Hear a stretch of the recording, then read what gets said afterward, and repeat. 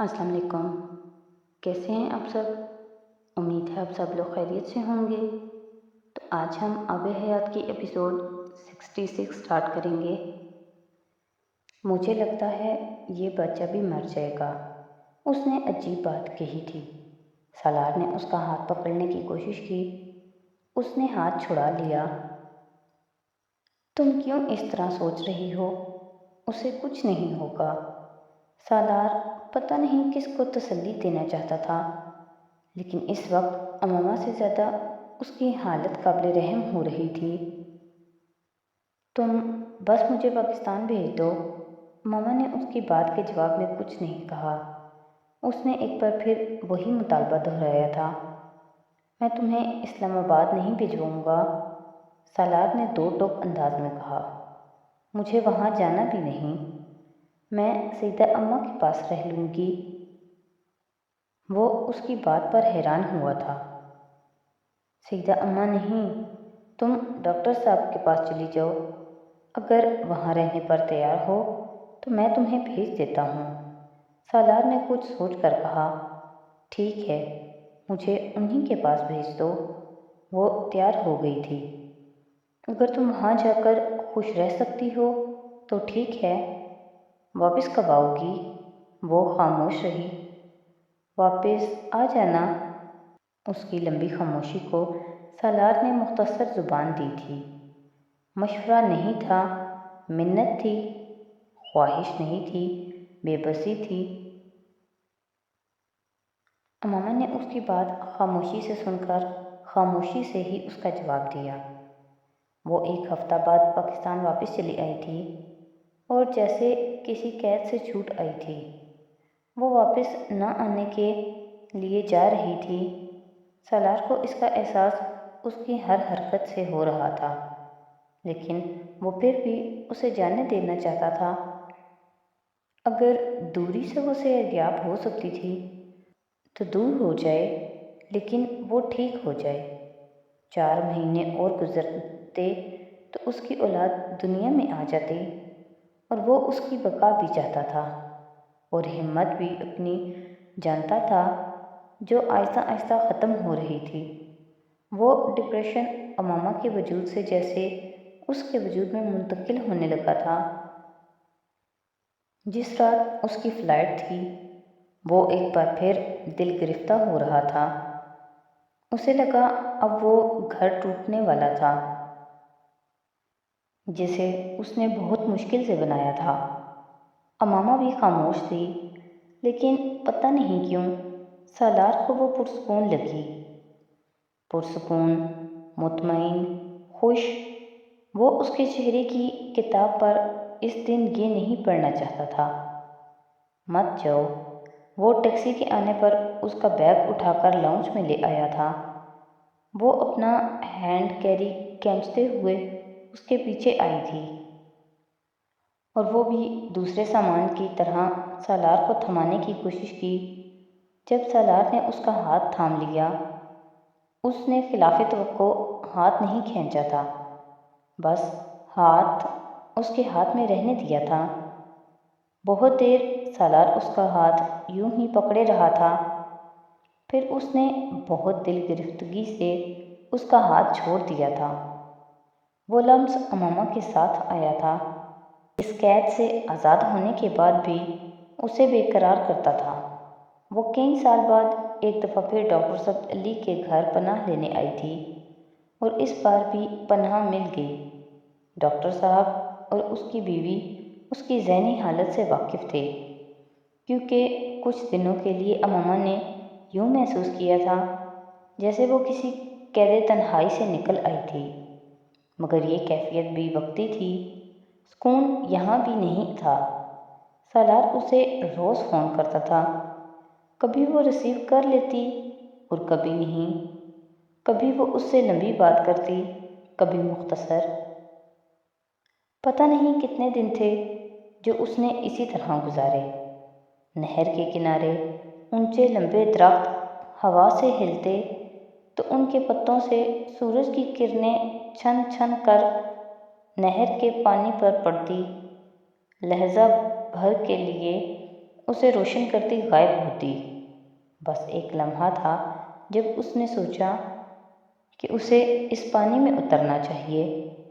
اس سے پہلے کہ وہ قدم اٹھاتی، کسی عورت کی آواز پر ٹھٹک گئی تھی، یہ ذرا گڈھا تو بنوا دے میرے ساتھ بیٹا۔ وہ ایک 70-80 سالہ بوڑھی عورت تھی جو ایندھن کے لیے وہاں درخت کی خشک لکڑیاں چننے کے بعد اسے ایک چادر نما کپڑے میں باندھ رہی تھی۔ اس نے کچھ کہے بنا نہر کے کنارے سے ہٹتے ہوئے اس کی طرف قدم بڑھا دیا۔ گٹھا اتنا بڑا تھا کہ اسے یقین نہیں تھا کہ وہ اس کو اپنے سر پر اٹھا لے گی، لیکن اس نے ماما کی مدد سے وہ گٹھا بڑی آرام سے سر پر اٹھا لیا۔ ذرا میری بکری کی رسی مجھے پکڑانا۔ اماما کو تعمل ہوا، لیکن پھر اس نے جا کر تھوڑی بہت جدوجہد کے بعد اس بکری کی رسی پکڑ ہی لی تھی۔ آپ چلیں، میں ساتھ چلتی ہوں۔ کہاں جانا ہے آپ کو؟ بس میں یہاں آگے ہی جانا ہے۔ سڑک کے دوسری طرف۔ بوڑھی عورت نے سڑک کی طرف اشارہ کرتے ہوئے اسے بتایا۔ اماما بکری کی رسی کھینچتی ہوئی چپ چاپ اس کے پیچھے چل پڑی۔ سڑک پار کرتے ہی اماما کو 10-20 کے قریب وہ جھگیاں نظر آ گئیں جنہیں اماما اپنا گھر کہتی تھی۔ وہ کچھ تامل کے بعد ایسی ہی ایک جھگی میں اماما کے پیچھے چلتی ہوئی داخل ہوئی۔ اس نے احاطے کے ایک کونے میں سر پر لادا ہوا گٹھڑا اتار پھینکا تھا۔ ایک چولہے پر مٹی کی ایک ہنڈیا چڑھی ہوئی تھی۔ وہاں ایک آسودہ سی حرارت تھی، جیسے وہ کسی گرم آغوش میں آ گئی تھی۔ اری تو کھڑی کیوں ہے اب تک؟ بیٹھ کر دم لے لو۔ میری خاطر کتنا چلنا پڑ گیا تجھے؟ میں نے کہا بھی تھا میں لے جاتی ہوں بکری کو، میرا تو روز کا کام ہے، پر تو شہر کی کڑی ہے، تجھ سے کہاں ہوتی ہے کوئی مشقت۔ اس نے کچھ فاصلے پر پڑی چوکی کو اس کی طرف گھسایا۔ میں بھی مشقت میں کاٹتی آئی ہوں اماں، یہ مشقت کو کچھ بھی نہیں۔ اماما اس سے کہتے ہوئے آگے بڑھ آئی تھی۔ وہ بوڑھی عورت ہنس پڑی۔ بس مجھے مشقت نہیں لگتی، تجھے لگتی ہے، یہی تو فرق ہے۔ اماما اس کا چہرہ دیکھنے لگی۔ وہ اس حلیے اور اس جگہ رہنے والی عورت سے ایسی بات کی توقع نہیں رکھتی تھی۔ آدمی کیا کرتا ہے تیرا؟ وہ اماں کے اس سوال پر اچانک چونکی۔ کیا کرتا ہے؟ اس نے جیسے یاد کرنے کی کوشش کی۔ کام کرتا ہے۔ کیا کام کرتا ہے؟ اماں نے پھر پوچھا۔ باہر کام کرتا ہے، وہ بڑبڑائی۔ پردیس میں ہے؟ بوڑھی عورت نے پوچھا۔ ہاں، وہ اسی طرح صاحب کو دیکھتے ہوئے بولی۔ تو یہاں کس کے پاس ہے؟ سسرال والوں کے پاس؟ نہیں، پھر میں کسی کے پاس نہیں۔ آدمی نے گھر سے نکال دیا کیا؟ اس نے چونک کر اماں کا چہرہ دیکھا۔ نہیں۔ تو پھر لڑ کر آئی ہے کیا؟ نہیں، اس نے بے ساختہ سر ہلایا۔ تو پھر یہاں کس لیے آئی ہے؟ سکون کے لیے، اس نے بے اختیار کہا۔ سکون کہیں نہیں ہے۔ وہ اس عورت کا چہرہ دیکھنے لگی۔ جو چیز دنیا میں ہے ہی نہیں، اسے دنیا میں کیا ڈھونڈنا؟ اس نے حیرت سے اس عورت کو دیکھا۔ وہ گہری بات کر گئی تھی۔ پھر بندہ رہے کیوں دنیا میں اگر بے سکون ہی رہنا ہے؟ وہ اس سے یہ سوال نہیں پوچھنا چاہتی تھی جو پوچھ لیا تھا۔ تو پھر کہاں رہے؟ وہ لاجواب ہوئی۔ تیرا آدمی کہتا نہیں واپس آنے کو؟ پہلے کہتا تھا، اب نہیں کہتا۔ بیچارہ اکیلا ہے وہاں؟ وہ ایک لمحے کے لیے ٹھٹکی۔ ہاں، اس نے مدھم آواز میں کہا۔ تو اکیلا چھوڑ کر آ گئی اسے؟ اس نے جیسے افسوس کیا تھا۔ تجھ سے پیار نہیں کرتا تھا؟ وہ ایک لمحے کے لیے ساکت ہوئی۔ کرتا تھا۔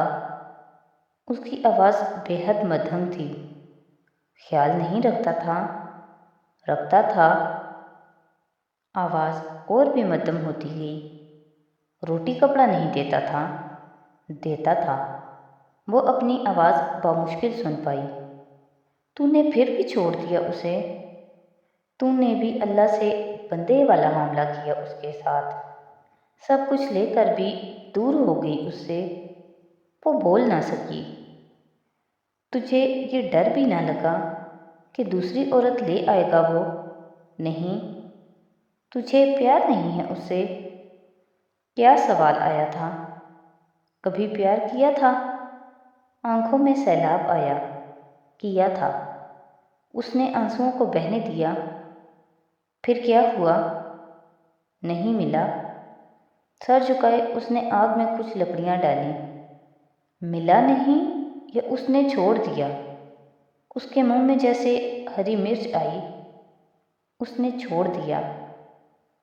پیار نہیں کرتا ہوگا، اماں نے بے ساختہ کہا۔ پیار کرتا تھا لیکن اظہار نہیں کر سکتا تھا۔ اس نے پتہ نہیں کیوں صفائی دی اس کی۔ جو پیار کرتا ہے وہ اظہار کرتا ہے، جواب کھٹاک سے آیا تھا۔ اس آدمی کی وجہ سے گھر چھوڑا یپنا؟ نہیں، بس وہاں بے سکونی تھی مجھے اس لیے۔ کیا بے سکونی تھی؟ وہ برستی آنکھوں کے ساتھ بتاتی گئی۔ اماں چپ چاپ سنتی رہی۔ اس کے خاموش ہونے پر بھی وہ کچھ نہ بولی۔ وہاں نہر کنارے کیا کر رہی تھی؟ بہت بزدل ہوں اماں، مرنے کے لیے نہیں کھڑی تھی۔ یعنی تم تو بڑی بہادر ہو، مجھ سے بھی زیادہ بہادر۔ نہیں، میں تو بہت کمزور ہوں، اماں نے کہا۔ تجھے اپنی ہونے والی اولاد کا بھی خیال نہیں آتا؟ پیار نہیں آتا اس پر؟ اس کی آنکھیں ایک بار پھر برسنے لگیں۔ کوئی اس طرح گھر چھوڑ کے آتا ہے جیسے تم چھوڑ کر آ گئی؟ مر جاتے ہیں بڑے بڑے پیار میں، مر جاتے ہیں، پر کوئی ایک مرنے پر باقیوں کو چھوڑ دیتا ہے۔ میں اب کسی سے پیار نہیں کرنا چاہتی اماں۔ میں جس سے بھی پیار کرتی ہوں وہ مجھ سے چھن جاتا ہے۔ بار بار پیار کروں، بار بار گوا دوں، میں اب اس تکلیف سے نہیں گزر سکتی۔ وہ روتی جا رہی تھی۔ یہ تو نہیں، بلکہ یہ تو کوئی بھی انسان نہیں کر سکتا کہ اپنوں کو اس لیے چھوڑ دے کہ اس کے بچھڑنے کی تکلیف سے بچ جائے۔ ایک کا درد جھیل نہیں پا رہی ہو تو سب کو اکٹھا چھوڑ کر سہ پاؤ گی؟ امامہ کے پاس جواب نہیں تھا۔ اس جھگی کے اندر میرا جوان بیٹا ہے، ٹھہرو ذرا، میں اسے لے کر آتی ہوں۔ وہ عورت یکدم اٹھ کر اندر چلی گئی۔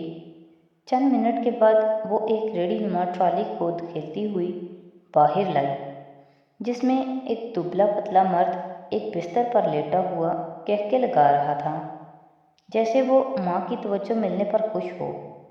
وہ ذہنی اور جسمانی طور پر معذور تھا۔ میرا اکلوتا بیٹا ہے یہ، 38 سال میں نے اس کے سہارے گزارے ہیں اللہ کے بعد۔ 5 بیٹے پیدا ہوئے پر ختم ہو گئے، پھر یہ پیدا ہوا تو شوہر نے کہا اسے کسی درگاہ پہ چھوڑ آتے ہیں، میں نہیں پال سکتا ایسی اولاد کو۔ پر میں کیسے مان سکتی تھی؟ مجھے تو پیار ہی بڑا تھا اس سے۔ شوہر 2-4 سال سمجھاتا رہا پر میں نہ مانی۔ اللہ کی دی ہوئی چیز کو کیسے پھینک دیتی؟ شوہر کو بڑا پیار تھا مجھ سے، پر اسے اولاد بھی چاہیے تھی۔ وہ مر گیا تو ساری جائیداد رشتہ داروں نے چھین لی، بس بیٹا میرے پاس رہنے دیا۔